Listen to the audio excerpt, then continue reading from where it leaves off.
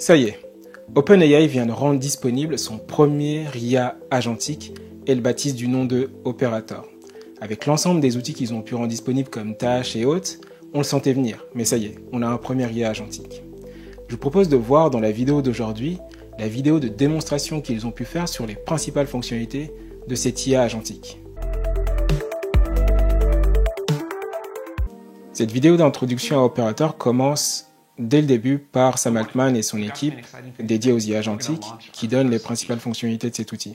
Donc il s'agit du premier IA agentique qui est capable de contrôler par exemple un navigateur web pour réaliser les tâches qu'on lui confierait. Comment? En analysant les pixels qui se présentent à l'écran comme le ferait un être humain, en prenant le contrôle de la souris et du clavier en réalisant les tâches qu'on lui confierait. C'est un premier agent qui le rend disponible, il est surtout disponible aux États-Unis. Ça met toujours un peu de temps pour arriver en Europe et d'abord aux utilisateurs pro. Ce sera par la suite pour les utilisateurs qui ont ChatGPT+. Il s'agit pour l'instant d'une version préliminaire de cette IA agentique. Apparemment, d'autres IA agentiques sont à espérer dans les prochaines semaines, les prochains mois. On est déjà hâte de voir ce que vaut cette version préliminaire de Operator. Donc là, on attaque tout de suite la démonstration.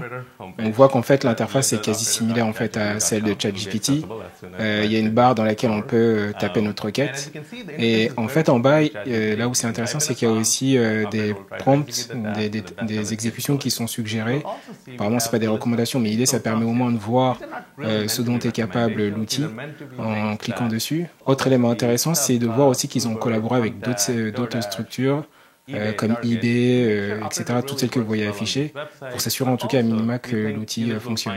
Donc première démo qui est proposée, ça va être celle de réserver en fait 2 tables dans un restaurant, et là en fait il utilise un site web qui est OpenTable et qui lui permettra de faire sa réservation. Il précise un horaire précis pour Operator pour faire cette réservation. Operator initie sa tâche et ce qui est intéressant c'est qu'on a un navigateur web qui apparaît. Donc il semblerait que l'opérateur instancie un navigateur web tout de suite pour faire sa tâche et pour visualiser tout ce qu'il doit faire. Là à côté on a un phénomène, on voit qu'en fait on a la même logique de raisonnement que pour O1 par exemple quand on lui demande d'exécuter, de faire une recherche ou de répondre à une requête. Il y a un certain nombre d'éléments qui se mettent en marche en termes de raisonnement et c'est ce qu'on voit un peu à gauche et on voit l'ensemble des actions qui sont faites. Là c'est intéressant, il a choisi très précisément San Francisco et clairement c'est basé sur les éléments dont dispose Operator sur l'utilisateur. Tout ce qu'on voit en fait est exécuté par Operator, absolument rien par l'utilisateur. Donc là l'utilisateur en fait a pu remarquer justement cet ajustement en termes de localisation et donc confirme bien que c'est dans ces informations et que Operator est capable du coup d'ajuster la recherche en fonction de où se trouve l'utilisateur. Malheureusement dans la requête qu'il a soumise à Operator, l'horaire qu'il avait souhaité pour la réservation n'est pas disponible. Operator lui envoie en fait un message pour lui signaler cela. Et là, clairement, ça montre qu'il y a ce besoin d'interaction avec Operator pour pouvoir en fait passer un certain nombre de blocages où on le verra probablement par la suite confirmer un certain nombre d'actions. Donc là, il va confirmer donc le fait de pouvoir réserver à l'horaire proposé. Là, de nouveau, Operator réalise la tâche et là, il vient de passer à une autre page probablement pour faire cette réservation et il lui demande de confirmer. Et ce qui est assez important en fait avec Operator, avec ses IA agentiques, c'est le fait que pour faire des actions critiques, il est proposé à l'utilisateur de confirmer avant toute chose, ce qui est vraiment essentiel aussi, et pas le laisser totalement autonome. Un deuxième cas qui est présenté ici, c'est celui de j'ai une liste de courses et je voudrais faire acheter en fait chacun des ingrédients. Est-ce que tu peux le faire pour moi? Et donc là, il lui donne en fait l'image de cette liste de courses et il choisit par contre de manière assez spécifique le site Instacart et il lui demande du coup de faire la recherche et du coup l'achat en fait de ces produits là. Il lui demande déjà un certain nombre de confirmations, il lui confirme d'initier les choses et donc pareil comme tout à l'heure ça instancie un navigateur web sur lequel Operator va pouvoir faire l'achat, sa recherche et puis l'achat de ces ingrédients. Un point assez intéressant que précise Sam Altman, c'est et si on n'avait pas précisé que c'était Instacart et aussi le supermarché, qu'est-ce qu'aurait fait Operator? Et l'utilisateur en fait de l'équipe agent et précise que Operator aurait pu retrouver les éléments sur Internet et faire la recherche sans ces éléments spécifiques. Sous le capot, Operator est en fait piloté par un modèle qu'ils appellent QA pour Computer Using Agents et qui est en fait un dérivé de GPT-4o et qui va là être spécifiquement capable de, comme on a pu le voir, de contrôler une souris, un clavier, aussi d'analyser un écran, les pixels qui sont dessus. Auparavant, il aurait fallu un API pour faire ces tâches-là. Aujourd'hui, c'est plus nécessaire.